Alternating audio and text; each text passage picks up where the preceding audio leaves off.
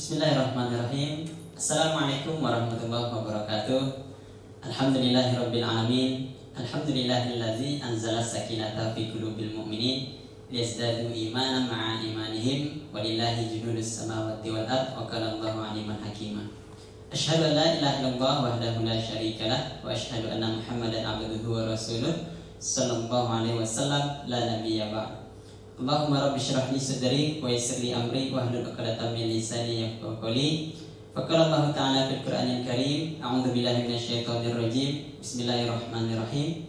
Yarfa'illahu alladhina amanu minkum walladhina utul ilma darajat. Shadaqallahu azim. Yang kita hormati Ibu Dr. Susiana Tabrani MPD selaku pembina Yayasan Abdurrab, sekaligus hari ini telah bersama kita alhamdulillah sebagai narasumber di bersempena Hari Pendidikan Nasional 2020. Mudah-mudahan kita sehat selalu Ibu. Kemudian yang kita hormati yang hadir hari ini juga ada Direktur Pendidikan Abdurrab Islamic School dan murid-murid Abdurrab Islamic School beserta wali murid dan masyarakat umumnya pemerhati pendidikan. Hari ini kita berada di tanggal 2 Mei 2020 bertepatan dengan hari ke-9 di Ramadan. Nah, mudah-mudahan Ramadan kita tetap maksimal ya. Kita sudah memasuki di hari ke-9. Nah, di hari ini ada hari bersejarah ya. Bersejarahnya itu adalah Hari Pendidikan Nasional. Nah, mengapa tanggal 2 Mei ini menjadi Hari Pendidikan Nasional? Ini sejarah yang cukup rentetan cukup panjang jika kita ceritakan. Nanti kita akan elaborasi bersama narasumber kita. Yang pertama, kita bersyukur kepada Allah, kita masih diberi nikmat sehat. Mudah-mudahan semua nikmat yang Allah berikan dapat kita syukuri dan kita bisa fungsikan semaksimal mungkin. Selanjutnya salawat dan salam kita kirimkan kepada teladan kita, tokoh pendidikan kita ya, suri teladan kita Nabi Muhammad sallallahu alaihi wasallam. Allahumma shalli ala sayyidina Muhammad wa ala ali sayyidina Muhammad. Assalamualaikum ya Rasulullah. Kemudian juga kita berdoa untuk tokoh Riau ya, tokoh pendidikan Riau, yaitu Bapak Profesor Dr. Tabrani. Mudah-mudahan beliau senantiasa diberkahi dan dirahmati oleh Allah Subhanahu wa taala. Murid-murid Ustadz yang saat ini menonton baik di via Instagram kita live, kemudian di Facebook Abdurrab Islamic School. Hari ini di tengah wabah pandemi Covid-19, kita coba terus untuk eksis. Kalau kita adalah saat ini physical distancing sama social distancing, namun di dunia maya kita tetap harus aktif sehingga pesan-pesan kemudian di hari pendidikan ini kita bisa menyampaikan apa makna-makna yang bisa kita gali nantinya. Nah, di hari pendidikan ini tanggal 2 Mei itu terkenal dengan satu tokoh yang bernama Ki Hajar Dewantara ya. Kalau nama asli beliau kita lihat di buku-buku sejarah Raden Mas ya, Suwardi Suryaningrat. Nah, ternyata tanggal 2 Mei ini itu diambil dari tanggal lahir beliau ya. Beliau lahir 2 Mei 1889. Dengan semboyan pendidikan beliau adalah yang kita kenal Ingarso Sungtorado, Ingmadio Mangunkarso, Tuturi Handayani. Nah, di depan memberi teladan, di tengah memberi bimbingan, dan di belakang memberi dorongan. Nah, di simbol pendidikan kita masih kita pakai satu, yaitu Tekuri Handayani. Artinya di belakang memberi dorongan. Nah, Ki Hajar Dewantara ini sangat berpengaruh dan sangat berjasa dalam dunia pendidikan kita, terutama Indonesia. Nah, yang kita ingin elaborasi saat ini adalah sebenarnya ya, apa sih? Nah, kita ajak bincang narasumber kita ya, Ibu Dr. Susiana Tabrani MPD. Kenapa Ki Hajar Dewantara ini begitu berjasa? Kemudian inti pemikiran beliau itu seperti apa sebetulnya Ibu? Sehingga beliau dikenang sebagai tokoh pendidikan. Kalau nggak salah, beliau ini adalah menteri pengajaran kita yang pertama di masa Presiden Soekarno. Nah, kira-kira inti pemikiran beliau itu untuk pendidikan itu seperti apa sebetulnya Bu? Terima kasih Ustaz Ayat. Assalamualaikum warahmatullahi wabarakatuh. Murid-murid yang kami cintai dan orang tua mereka serta seluruh guru-guru, kepala sekolah yang sedang menonton saat ini serta masyarakat Riau. Alhamdulillah Alhamdulillah kita berkumpul dan masih sehat di bulan Ramadan hari ke-9 hari ini. Baiklah, di hari pendidikan ini, kenapa Ki Hajar Dewantara pemikirannya menjadi sebuah ide bagi kita semua. Jadi saya perlu flashback ya, perlu kilas balik karena ini sebetulnya peristiwa sekitar 90 tahun yang lalu. Problemnya pada waktu itu kita masih dijajah oleh Belanda, zaman kolonial. Nah, yang kami baca, yang dapat dianalisis oleh kita, seorang Ki Hajar Dewantara itu adalah seorang priyayi. Dan pada waktu itu yang berhak mendapat pendidikan itu hanyalah orang-orang Belanda dan kaum priyayi serta pejabat-pejabat yang bekerja pada Belanda. Disitulah Ki Hajar Dewantara, walaupun dia mendapatkan privilege ya, untuk mengenyam pendidikan seperti sebagaimana kaum penjajah, tapi beliau tidak hanya menikmati dan kemudian cuek. Jadi ada kepedulian yang tinggi seorang Ki Hajar Dewantara yang diawali dengan kerisauan. Nah, kerisauan inilah bagi saya pribadi sangat mahal sekali. Seorang priyayi yang biasa hidup senang, hidup nyaman dan tenang, tetapi concern dengan bangsanya. Nah, kemudian beliau juga terdidik dengan baik dan mampu berbahasa Belanda. Dan akibatnya mudah sekali berkomunikasi dan menjadi seorang penulis. Jadi menjadi catatan juga bagi saya setelah membaca kisah Ki Hajar Dewantara, beliau ini sebetulnya mengenyam pendidikan dari awal itu siapa gurunya. Dan pemikiran beliau sehingga berdirinya Taman Siswa pada bulan Juli tahun 1922 itu tentu ada latar belakang dan peran begitu ramai orang.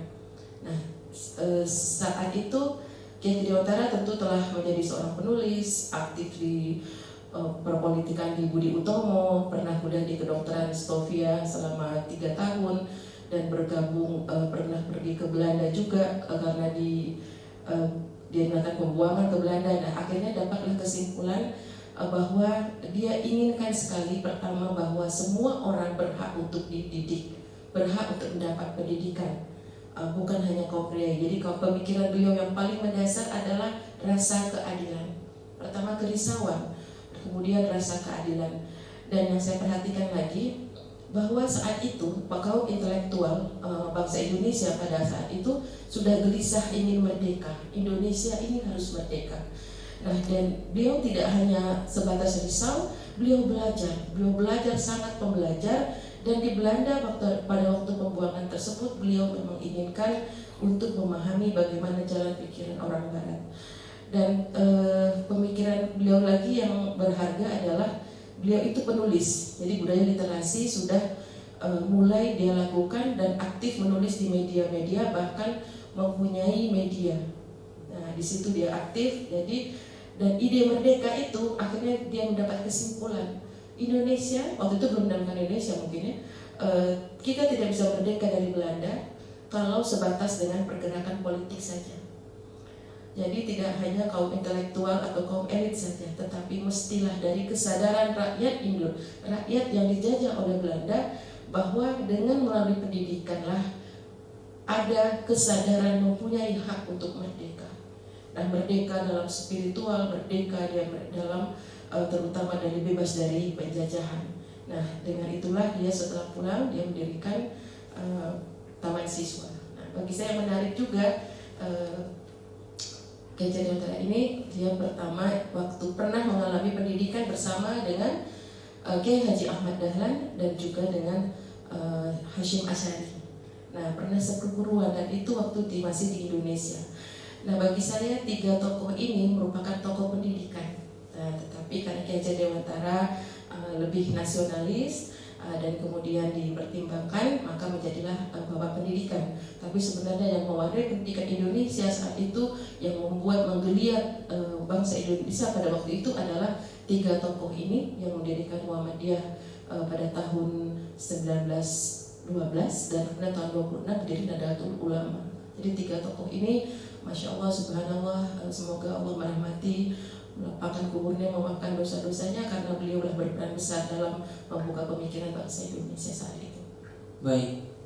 Nah, menarik. Tadi ternyata pemikiran Ki Hajar Dewantara itu pertama adalah semuanya harus mendapat pendidikan, tidak hanya sebatas priai. Kemudian yang kedua, kita di masa penjajahan tidak hanya pergerakan politik, tapi juga dari segi pendidikan. Nah, ini poin penting. Kemudian yang terakhir ternyata, nah ini kita baru dapat ilmu sejarah baru dari Ibu, bahwa Ki Hajar Dewantara ini pernah seperguruan dengan Ki Haji Ahmad Dahlan dan Ki Hasyim Asy'ari. Nah, ternyata orang bertiga ini ya sangat berpengaruh sampai saat ini ya di pendidikan Indonesia, begitu Ibu ya.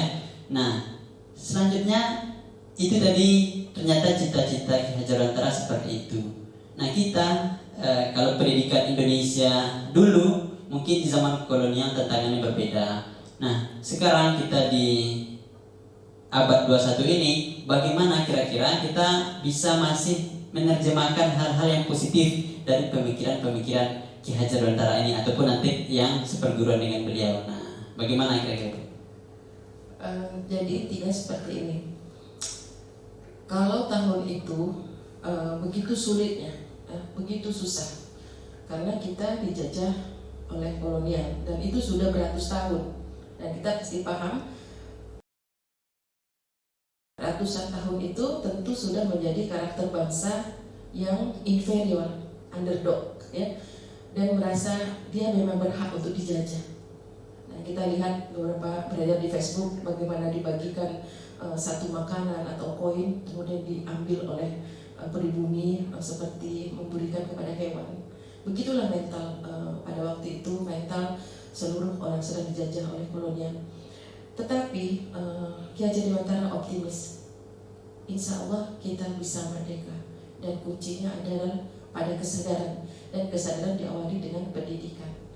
Nah, tentu saat ini di abad ke-21 ini saya tidak juga bisa menutup mata di Riau misalnya bahwa angka yang putus sekolah dasar itu mencapai 35%, nomor 2 terbesar se-Indonesia. Padahal sudah berlalu hampir 90 tahun dan kita tidak sedang dijajah siapa-siapa. Jadi kesadaran pertama yang paling penting pada saat ini bagi kita semua, karena kita tentu saja sudah lebih banyak yang berpendidikan, sudah lebih banyak yang mempunyai kemampuan, kaum intelektual, dan pendidikan saat ini kita bebas untuk mengenyam pendidikan sampai ke tingkat S3 malahan.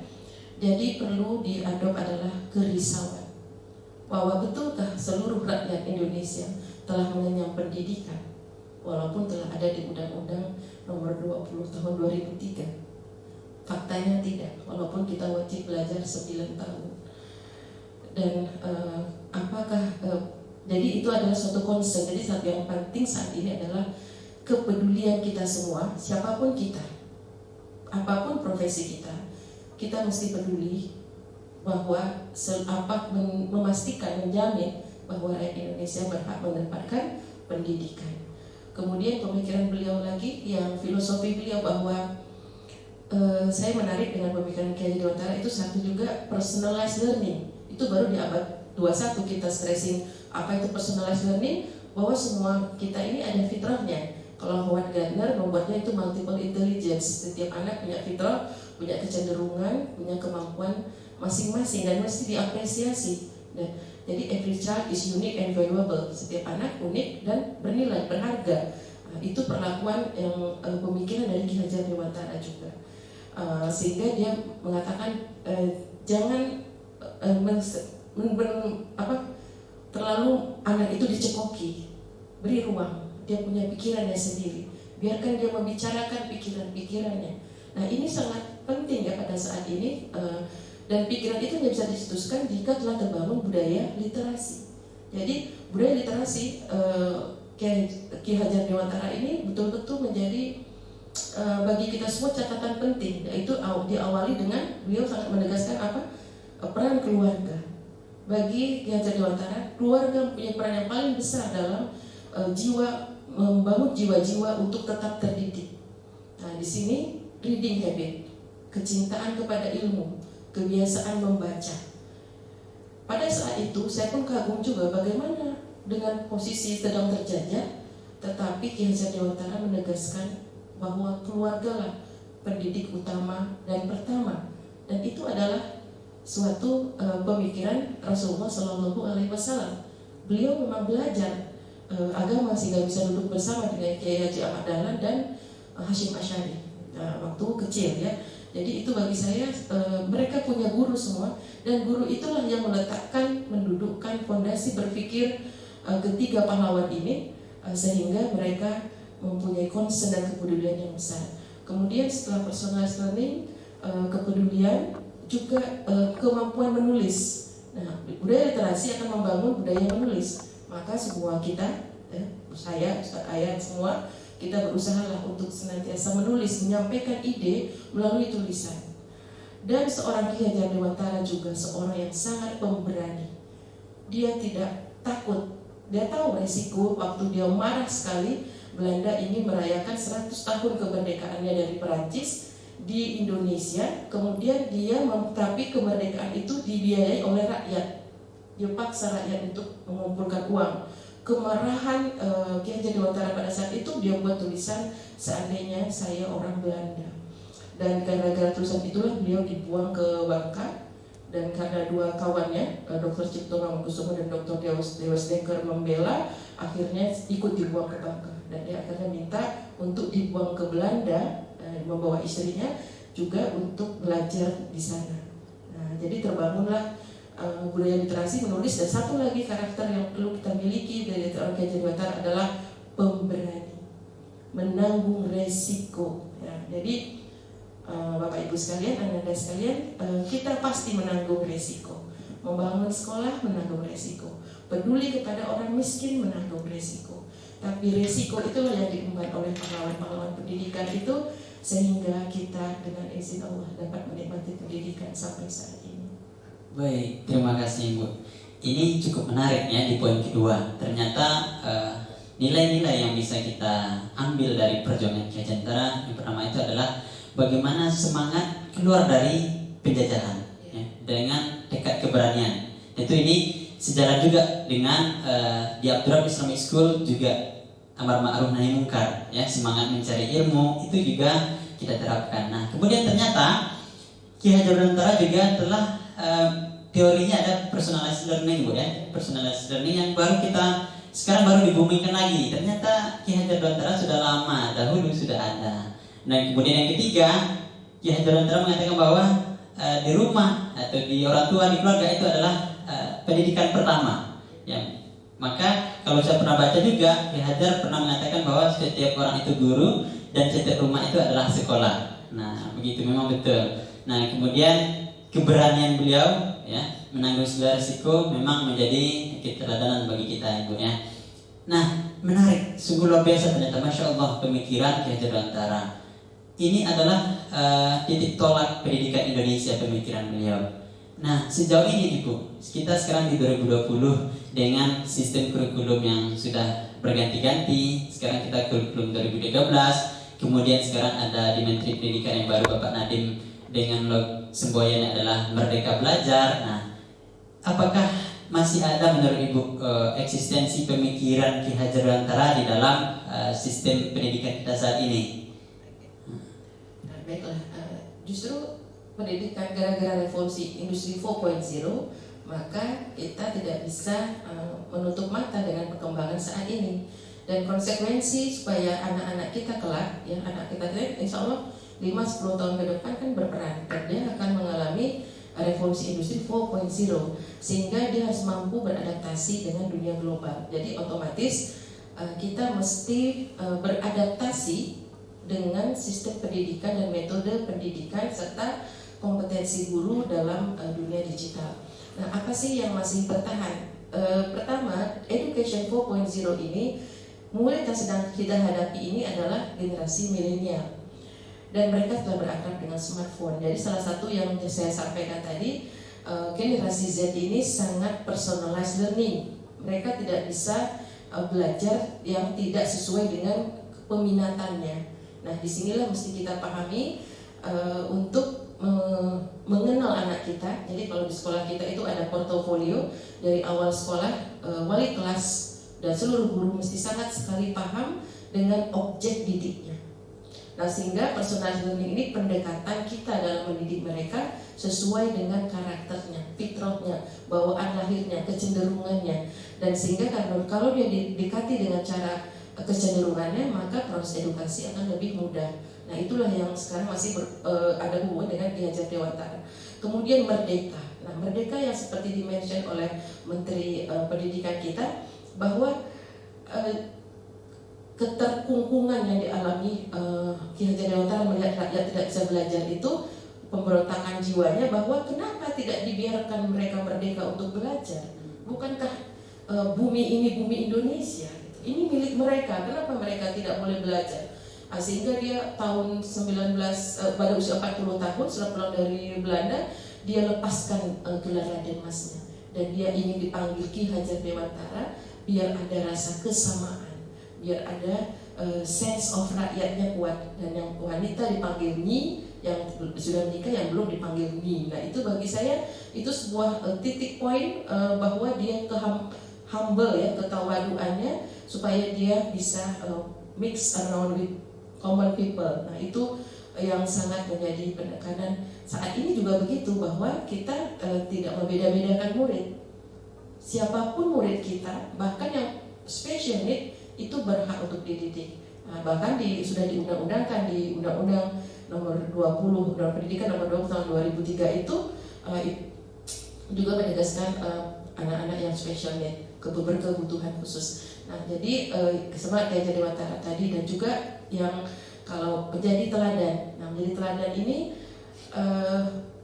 bagi dalam kita ya, dia tidak hanya jika engkau memang seseorang, apalagi guru, itu otomatis Anda akan menjadi teladan. Jika Anda seorang ibu atau seorang ayah, maka Anda akan menjadi teladan. Dan ini perkara yang penting, karena di situ tidak semata teori. Seorang Ki Hajar Dewantara tidak hanya terjebak dalam teori, beliau langsung aplikasi. Kalau beliau marah, kalau beliau protes, beliau pelajari. Dan jika itu tidak adil, pemimpin zalim, dia akan menulis. Dan jika rakyat memerlukan sekolah, dia tidak marah-marah saja pada pemerintah. Dia tidak ngomel-ngomel kepada kolonial Belanda. Dia buat sekolah. Dan taman siswa itulah berdiri. Dan begitulah seorang kalau di dalam Islam itu memang kita sebagai hamba Allah, Abdullah, kita punya kewajiban fardu ain. Tetapi sebagai khalifah fil ard, kita punya kewajiban kepada masyarakat.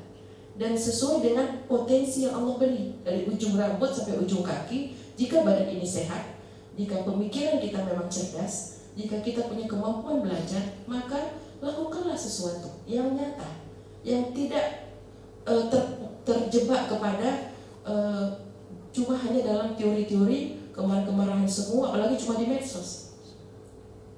What can you do to solve the problem? Nah, problem solving itulah mindsetnya Ki Hajar Dewantara, Kiai Haji Ahmad Dahlan, dan Hasyim Asy'ari.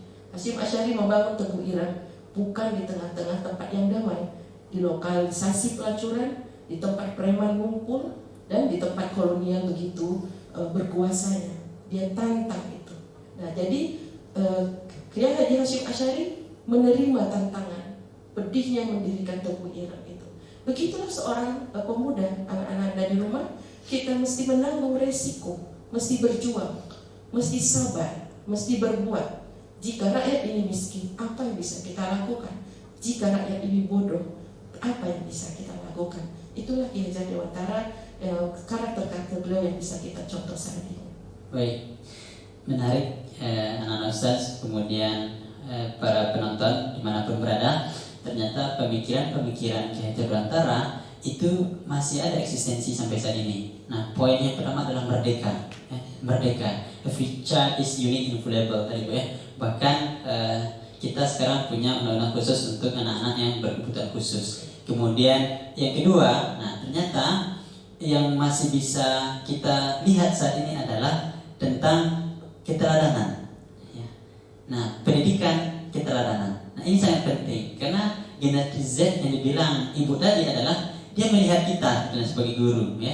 Guru, ya. Seperti apa peran gurunya, maka itu akan menjadi poin bagi anaknya, ya, akan dinilai. Nah, kemudian yang ketiga, ternyata ya, di Ki Hajar Dewantara ini dia mendirikan sebuah lembaga pendidikan, ya, tidak hanya teori, langsung aplikasi. Intinya adalah action, ya.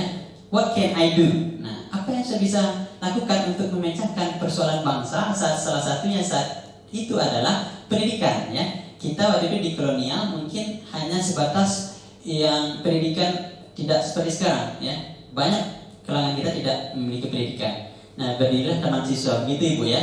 Nah, di Riau saya lihat Ibu merupakan salah satu juga yang bukan hanya teori saja. Ibu juga langsung action, ya, langsung terjun ke lapangan. Nah, Ibu adalah seorang akademisi dan juga sekaligus praktisi dan juga yang berkecimpung, ya, langsung di dunia pendidikan. Nah, Ibu bagaimana pengalaman? Nah, berdasarkan pengalaman Ibu mengonsep dan mendirikan sebuah lembaga itu kan tidak mudah Ibu, ya.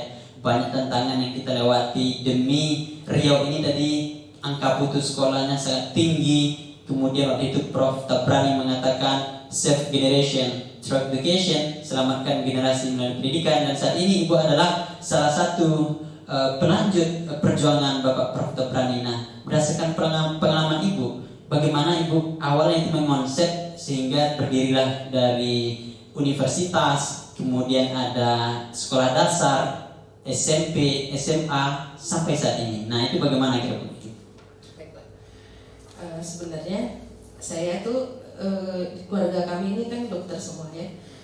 Jadi budaya literasi ayahanda kami ini sudah mencontohkan. Kita sudah ada perpustakaan di rumah. Kemudian dari SD saya dimasukkan ke anggota perpustakaan di Jalan Gajah Mada waktu itu. Jadi saya pun tidak paham kenapa didaftarkan, tetapi begitulah cara ayahanda kami mengajarkan budaya literasi dan selalu menegaskan orang Riau itu banyak budaya tutur. Mungkin dalam bahasa Melayu, usah banyak berbual-bual, nah, kerja kita banyak, banyaklah membaca. Budaya berbual-berbualnya kita kurang-kurang lah. Kalaupun berbual ada lesinya. Jadi itu akhirnya saya pahami bahwa budaya tutur ini kita ganti dengan budaya literasi. Setelah budaya literasi terbangun, baru kita boleh bertutur, sehingga apa yang kita tuturkan itu ada isinya dan bermanfaat, ya. Nah, jadi pengalamannya sebenarnya keluarga kami ini adalah keluarga orang Muhammadiyah. Bapak Abdurrahman itu ayahanda dari kakek saya, ya, ayahanda dari Pak Tabrani itu adalah salah satu pendiri Muhammadiyah di Riau. Kemudian, jadi kalau lihat di kantor Muhammadiyah Jalan Kiai Haji Ahmad Dahlan itu ada salah satunya adalah foto Bapak Abdurrahman. Otomatis keluarga Muhammadiyah ini berarti kita apa? Keluarga literasi, pembelajaran. Nah, jadi kakek saya juga adalah guru mengaji sejak awal di Bagan Siapi dan di Siak Singapura. Nah, budaya ini akhirnya ayahanda saya seorang aktivis juga selama mahasiswa Universitas Pajajaran Fakultas Kedokteran, dia juga adalah ketua HMI dan tentu saja semangat pemuda waktu itu dengan kondisi Riau yang sangat kaya, tentu ada kemarahan melihat kemiskinan yang demikian tinggi.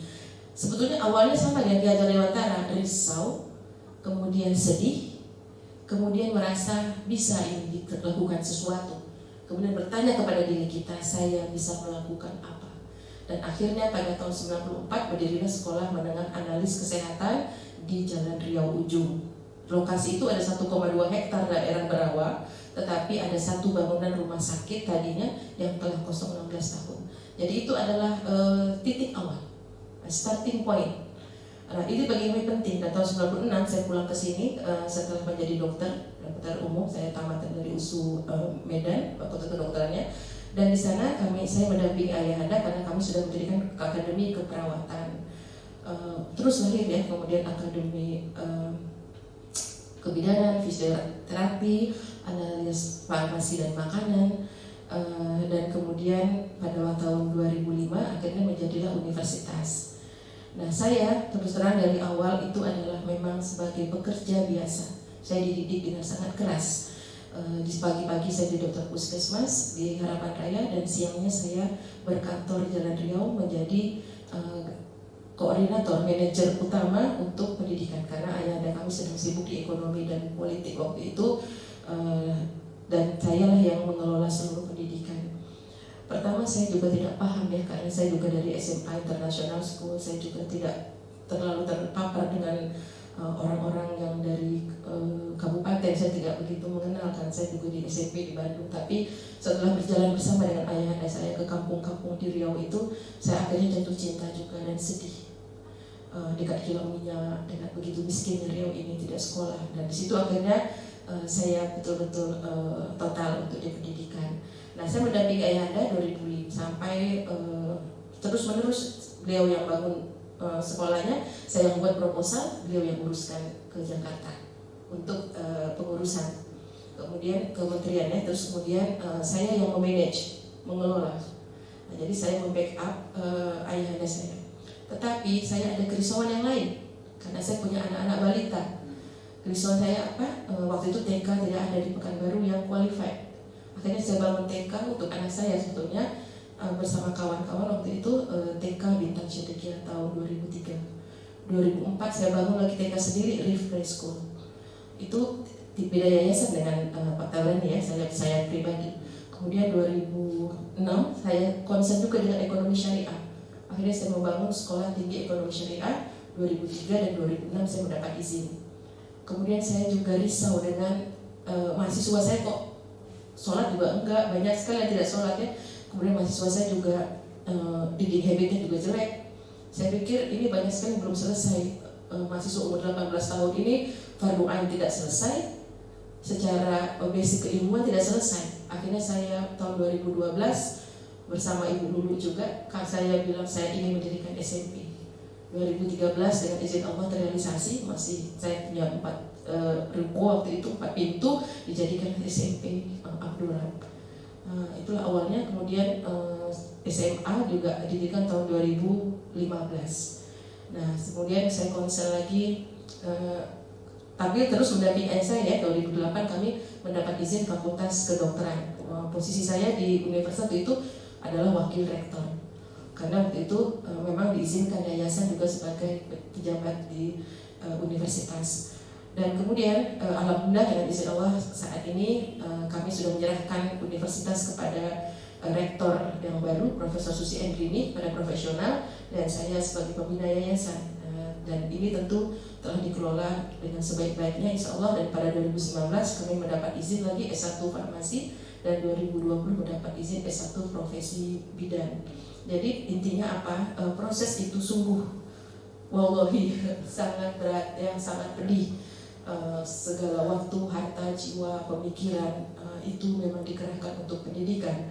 Sampailah tahun 2015 kami mendirikan, saya setelah ayahanda kami sakit, saya pikir Pekanbaru perlu destinasi yang untuk sentra pendidikan. Didirikanlah Tabrani Islamic Center di lokasi saat ini sudah 6,5 hektar, dan didirikanlah berbagai tempat majelis ilmu, terutama yang cukup berstandar internasional. Saya buatkan Susiana Tabrani Konvensional ini dengan kapasitas 2.000 orang. Jadi memang tujuannya untuk conference yang diadakan oleh universitas. Saya dengan Prof. Susi memang akan berniat melaksanakan conference tingkat nasional dan internasional beberapa kali dalam setahun, juga conference budaya internasional.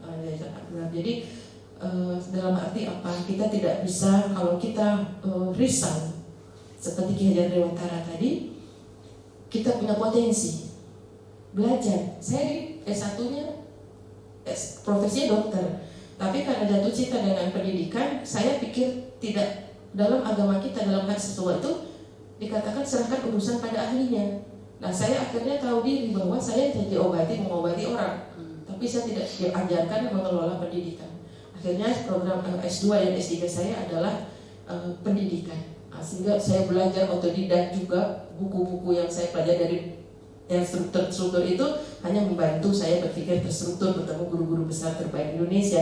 Tetapi sebetulnya jujur saja 70% ilmu pendidikan ini saya memang pelajari dari berbagai ulama dan ilmu-ilmu, buku-buku, conference nasional dan internasional yang saya ikuti, serta perjalanan yang sangat banyak ke seluruh permukaan bumi. Selama 23 tahun saya betul-betul belajar bagaimana mengelola pendidikan. Dan akhirnya bermuara saat ini, alhamdulillah kita mulai makin menyadari sebagaimana telah dikatakan oleh kepala atas, bahwa tujuan kita mendidik itu adalah menjadikan manusia menjadi a good man, manusia yang baik.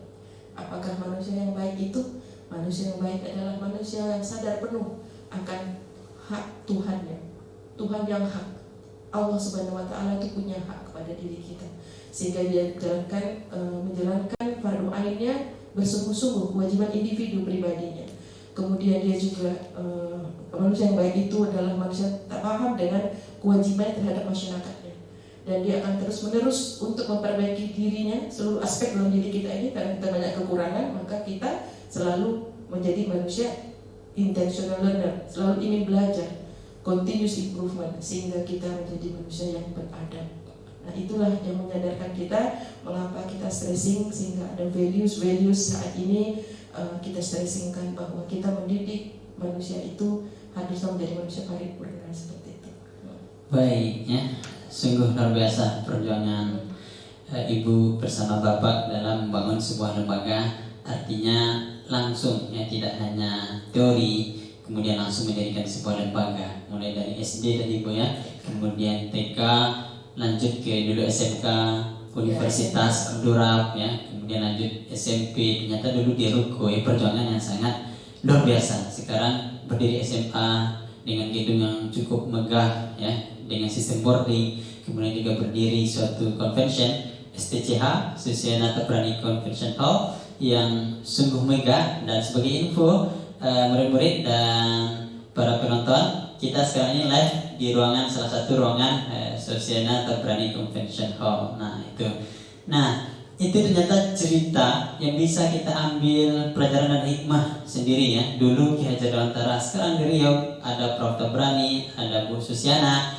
Nah, nilai-nilai itu mudah-mudahan bisa kita contoh ya, semangat diawali dengan kerisauan ya, sehingga lembaga-lembaga pendidikan saat ini cukup banyak yang dimiliki oleh Yayasan Abdurrahman. Nah, itu tadi sejarah flashback kita tentang pendirian lembaga-lembaga di Abdurrahman. Nah, Ibu, ini mungkin bertanya-tanya juga nih ya, murid-murid, kemudian para penonton, ustaz-ustazah, guru-guru, kemudian juga pemerhati pendidikan yang menyaksikan kita live pada hari ini, baik di Instagram maupun di Facebook.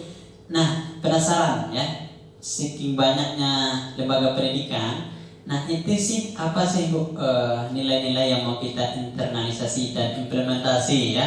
Kabarnya ada sebuah lembaga yang namanya Cintai Rak Bu ya, Cintai Rak. Nah, itu betulnya apa yang mau kita internalisasi di lembaga pendidikan di bawah naungan Yayasan Abdurrahman ini Bu? Ya Ibu, silakan. Baiklah, sebuah lembaga itu harus berkonsep ya, dan kita selalu merujuk menjadikan Rasulullah uswatun hasanah. Dan karena ini lembaga pendidikan yang formal, kita tentu juga merujuk kepada undang-undang yang diatur oleh negara kita. Tetapi ada hal-hal yang menjadi konsep ya, karena lembaga ini swasta. Selalunya kita kenapa dari kecil sampai dewasa, mohon maaf ya, dari segi income kok kayaknya kurang terus, kok ilmu nggak nambah saja. Malahan mungkin yang stay at home 51 hari sama hari ini nggak jelas ngapain. Nah, itu perlu dipertanyakan. Saya selalu ngomong ke mahasiswa saya, Anda mesti punya rencana hidup minimal 50 tahun ke depan. Jangan urus-urusan Allah, umur, biarkan. Tapi kita cuma berhak untuk hidup.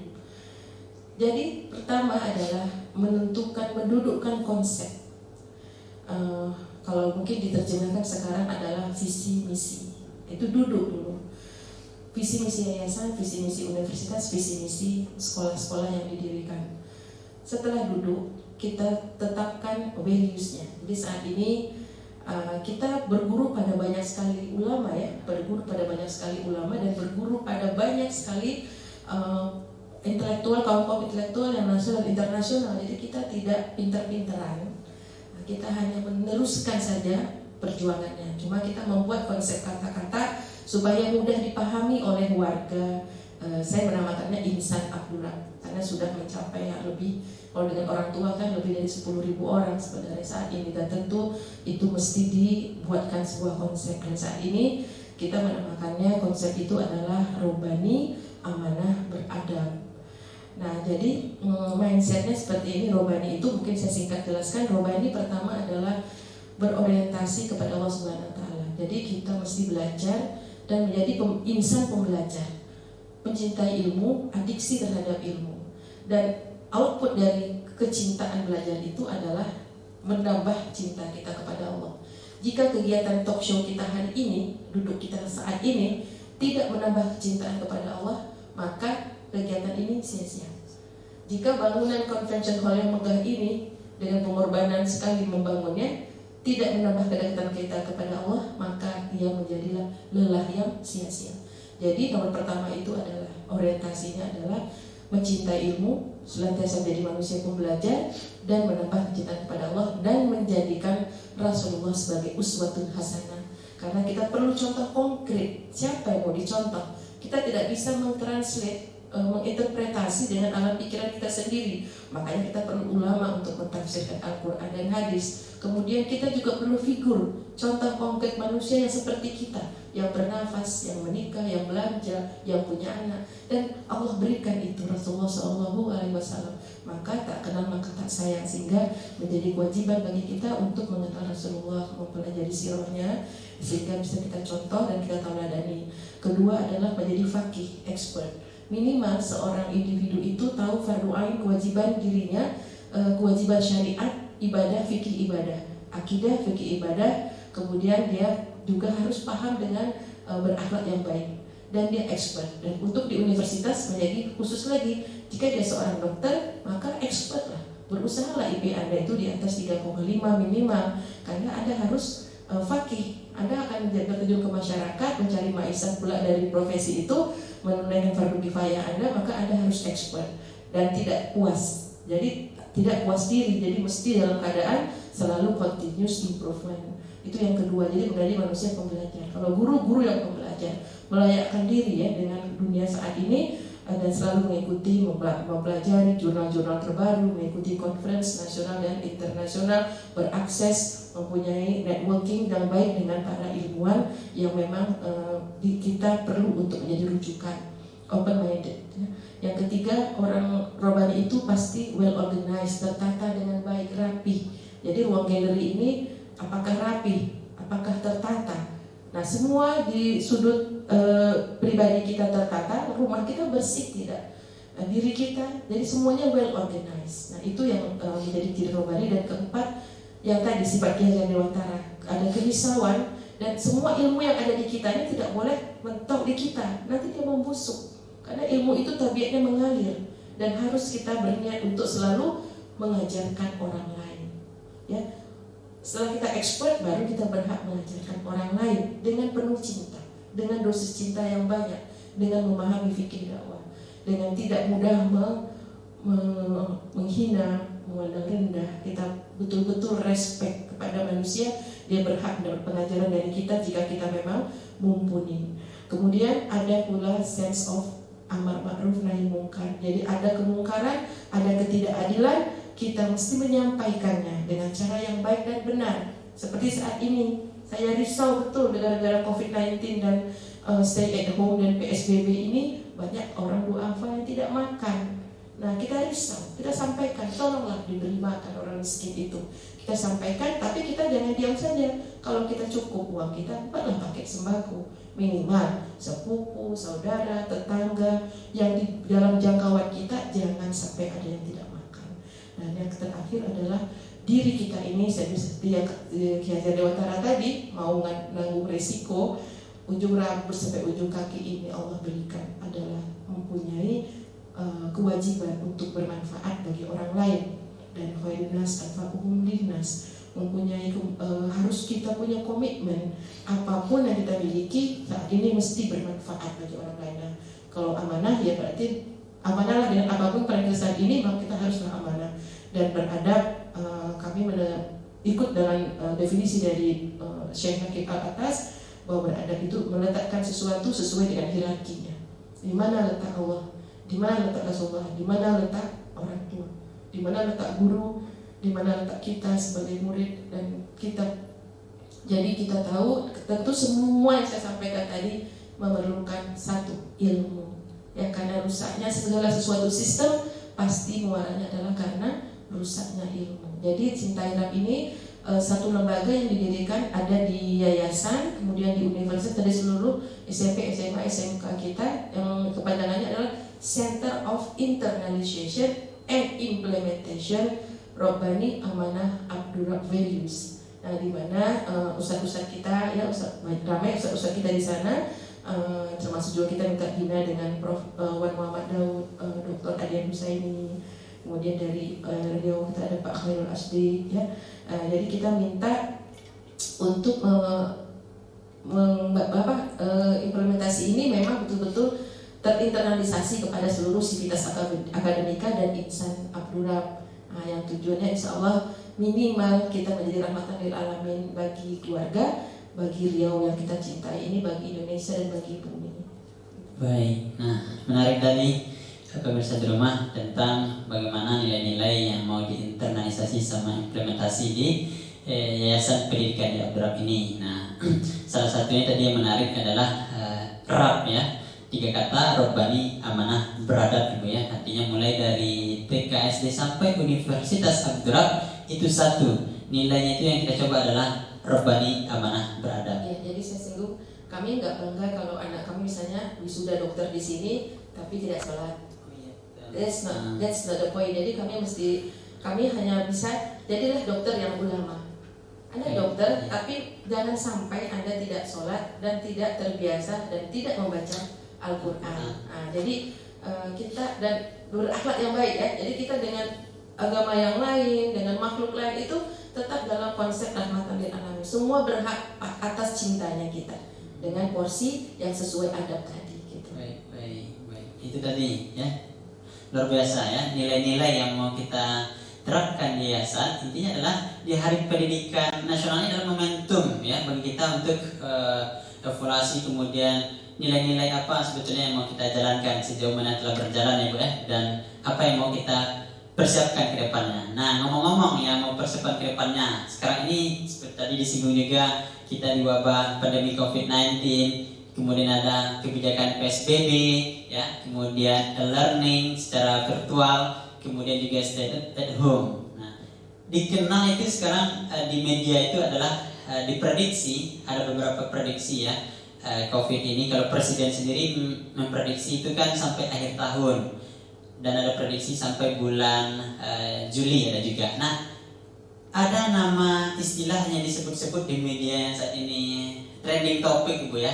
Nama itu adalah era new normal. Nah itu ya, jadi pasca COVID-19 ini itu eranya disebut-sebut dengan new normal. Nah sekarang kita ini memang kita belajarnya anak-anak di rumah ya, yang kuliah pun belajar dari rumah, bahkan ujian skripsi pun yang untuk meraih gelar sarjana itu via media ya, online. Nah itu ini. Nah kedepannya Ibu, kira-kira pandangan Ibu ke depan dan analisis Ibu ke depan ya, masa depan pendidikan Indonesia umumnya dan Riau khususnya, bagaimana di era new normal nanti Ibu? Nah, iya, jadi saya sih memandang COVID-19 ini, kalau look at the bright side ya, kita pasti selalu memandang itu kan penuh syukur. Apapun qadarullah, selalu kita melihat di sisi yang baik. Pertama kita kan kaget nih, biasanya ada santri masuk kita penuh, sedih kita ya sampai menangis, karena rupanya murid itu bukan dia perlu guru, ternyata guru tuh perlu murid gitu. Saya merasa ada seperti yang hilang karena 23 tahun 10 bulan saya selalu bersama murid, mahasiswa atau enggak ada gitu. Nah, itu pertama yang kita alami. Nah, jadi pertama dari akhirnya guru dan termasuk dosen mendapat percepatan untuk belajar e-learning. Nah itu pembelajaran yang karena kalau terpaksa ternyata semuanya bisa, dari mulai ada Google Classroom, ada semua ya. Saya pikir itu hal yang unik. Jadi akhirnya kita sudah mulai luas aja dengan digital ini. Itu hikmahnya. Yang kemudian orang tua juga merasa ternyata tidak mudah menjadi guru itu. Ya. Jadi kita kembalikan lagi kenapa begitu terkaku-kakunya orang tua pada saat ikut membantu anak-anak pada waktu misalnya video call dengan gurunya, kemudian ada Google Classroom. Karena memang selalu saya jadi mengambil kesimpulan orang tua kembalilah ambil peran pendidik itu lagi, karena memang guru kita posisikanlah sebagai asisten kita mengajar, tapi bukan menyerahkan total. Dan ini juga saat bonding yang paling pas antara orang tua dan anak-anak di rumah. Pendidikan keluarga dikembalikan lagi. Jika keluarga yang berkonsep ini sesuatu, pasti mereka aman-aman aja. Tetapi keluarga yang selama ini begitu sibuk, mereka kaku. Tapi mungkin dengan izin Allah mereka jadi sadar bahwa ternyata anak-anak itu yang dilahirkan dan di rumah itu adalah anak-anak mereka, bukan anak-anak gurunya. Dan guru juga menyadari bahwa status guru itu baru ada guru jika ada muridnya. Maka hargailah murid-murid itu, karena ternyata kebahagiaan kita justru dengan adanya murid. Jadi kalau murid tidak ada, hilang separuh jiwa kita. Nah itu saya juga suka sampai nangis kalau udah, ya Allah mana murid saya gitu. Nah jadi terus kemudian di COVID-19 ini juga kita tidak bisa normal karena pertama juga banyak faktor ya, soal ekonomi juga. Ini orang susah sekali. Mungkin recovery-nya takes time yang cukup lama karena terhentinya perekonomian. Dan kita tidak bisa berbicara pendidikan jika orang lapar. Kita tidak bisa berbicara pendidikan jika basicnya tidak terpenuhi. Nah inilah yang mesti diatasi oleh pemerintah. Kita tidak boleh cemburu dengan negara lain, tapi tolonglah yang hal basic diperhatikan oleh pemerintah. Bagi saya juga untuk new normal nanti itu kita recovery dari berbagai hal. Apakah bulan Juli atau bulan Desember, kita akan menjadi manusia yang baru lagi. Bahwa inilah masa yang selalu lama, 51 hari sampai hari ini kita banyak melakukan kontemplasi, melakukan refleksi. Betapa banyak kekurangan-kekurangan kita selama ini dalam mendidik sebagai seorang orang tua, sebagai anggota masyarakat. Dan saya juga mengharapkan seluruh pejabat Riau juga refleksi. Jangan ambil keuntungan dari COVID-19 ini. Jangan licik, jangan tricky. Allah justru sedang melihat reaksi-reaksi kita, bagaimana peran kita dalam dikasih musibah dengan penyakit virus corona ini. Apa reaksi kita? Apa yang kita lakukan? Karena toh pada akhirnya kita adalah akan mempertanggungjawabkan seluruh yang kita lakukan kepada Allah Subhanahu wa Ta'ala. Peristiwa terbesar itu bukan COVID-19, tapi adalah kematian. Kematianlah yang harus kita persiapkan. Karena itu adalah putusnya satu amal. Saat ini semua orang di kuburan yang meninggal itu menyembah-nyembah, menghibah-hibah ke Allah agar dikembalikan ke bumi, agar bisa sholat 2 rakaat, agar bisa beriman. Jadi COVID-19 ini bagi saya tidak mau melihatnya dengan kacamata digital, kacamata yang rumit-rumit. Bagi saya sederhana saja. Kita diberi waktu oleh Allah untuk benar-benar maksimal menunaikan kewajiban kita sebagai individu. Tadi kita lupa mengatakan bahwa Ki Hajar Dewantara itu juga orang yang sangat stressing pada kemampuan individu. Dia sangat menghargai bahwa individu-individu yang baik akan melahirkan masyarakat yang baik. Nakib Al-Atas juga begitu. Suatu masyarakat terdiri atas individu-individu yang baik. Dengan COVID-19 ini kita jadi refleksi sejauh mana kita ini sebagai individu sudah cukup baik bagi Allah, dan sejauh mana kita bisa mencerdaskan orang lain sebagai guru. Apakah sudah optimal dari segi apapun, dari segi ilmu, dari segi kompetensi kita, dari segi keikhlasan kita menjadi seorang guru. Jadi saya harapkan setelah nanti kita berjalan kehidupan lebih normal lagi, kita dapat hikmah selain kemampuan digital juga adalah kesadaran yang paling hakiki bahwa kita sedang menjalankan misi Allah yang sangat besar sebagai hamba Allah dan sebagai khalifah fil ardh. Baik, sangat menyentuh pemirsa, baik Instagram maupun Facebook. Bagaimana tadi Ibu Dr. Susiana mengutarakan, saya lihat sampai berkaca-kaca mata Ibu tadi untuk menjelaskan bagaimana saat ini basic need kita ya untuk makan saja saat ini adalah masyarakat kita agak sulit Bu ya. Bagaimana untuk pendidikan ke depannya? Maka memang kita berharap para pemerintah kemudian pejabat jangan mengambil keuntungan di tengah situasi yang keruh saat ini Bu ya. Karena jauh banyak yang perlu kita tolong di era new normal nanti, terutama pendidikan. Banyak mungkin anak-anak saat ini yang pendidikannya sampai-sampai bisa tidak sekolah lagi karena untuk makan sendiri di fakta lapangan tidak Ibu ya.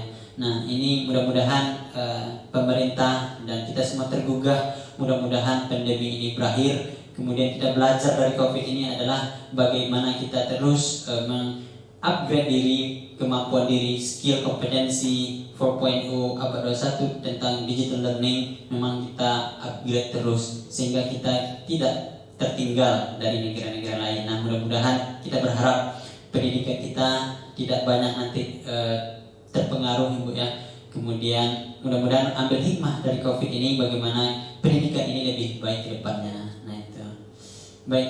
Baik pemirsa ya, murid-murid Abdurrahman Islamic School, wali murid dan para guru dimanapun berada yang menyimak secara langsung kami. Itulah tadi dialog kita, talkshow kita tentang Hari Pendidikan Nasional ini. Ternyata tadi kita awali dengan kisah Bapak Ki Hajar Dewantara, kemudian kita mengerucut di Abdurrahman sendiri bagaimana pola pendidikan, dan terakhir tadi kita memprediksi dan memproyeksikan ke depan pasca pandemi COVID ini bagaimananya. Nah, terakhir kita mungkin minta closing statement dari Ibu, bagaimana kita menyikapi selaku yang berkecimpung di dunia pendidikan di momentum 2 Mei ini. Kebetulan hari ini juga bulan Ramadan. Apa yang harus, nilai-nilai yang harus kita bangkitkan lagi, kita pesankan ke murid-murid kita. Ini adalah momentum, jangan hanya tinggal momentum saja. Mungkin banyak flyer-flyer selamat hari pendidikan, namun hilang dari makna yang sangat tinggi. Nah mungkin Ibu ada closing penutup, silakan Ibu. Ya, baiklah Ananda sekalian, guru-guru yang saya cintai dan orang tua yang kami hormati, dalam momen yang bersejarah ini, Hari Pendidikan Nasional, saya sangat mengapresiasi sekali guru-guru yang telah sabar walaupun harus belajar dengan sungguh-sungguh bagaimana kemampuan e-learningnya. Dan alhamdulillah 51 hari ini di Abdurrahman Islamic School cukup berjalan dengan baik, tetap semangat, bahkan ada lomba-lomba. Dan tentu saja orang tua kami apresiasi karena walaupun bersusah payah bisa mendidik anak-anak kita di rumah. Dan di bulan Ramadan ini pula kita insya Allah kedepannya akan bisa berusaha semaksimal mungkin dapat menjalankan ibadah puasa Ramadan dengan sebaik-baiknya.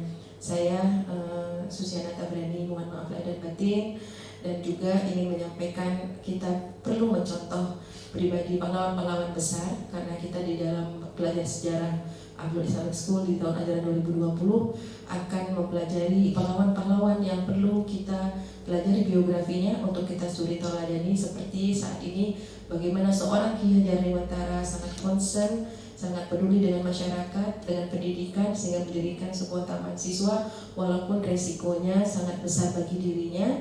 Dan dia juga telah menjalankan dengan aksi nyata dengan mendirikan pendidikan taman siswa. Begitu juga dengan Ki Haji Ahmad Dahlan mendirikan Muhammadiyah pada tahun 1912, dan kita lihat bagaimana Muhammadiyah saat ini begitu berperan besar dalam pendidik anak-anak bangsa Indonesia.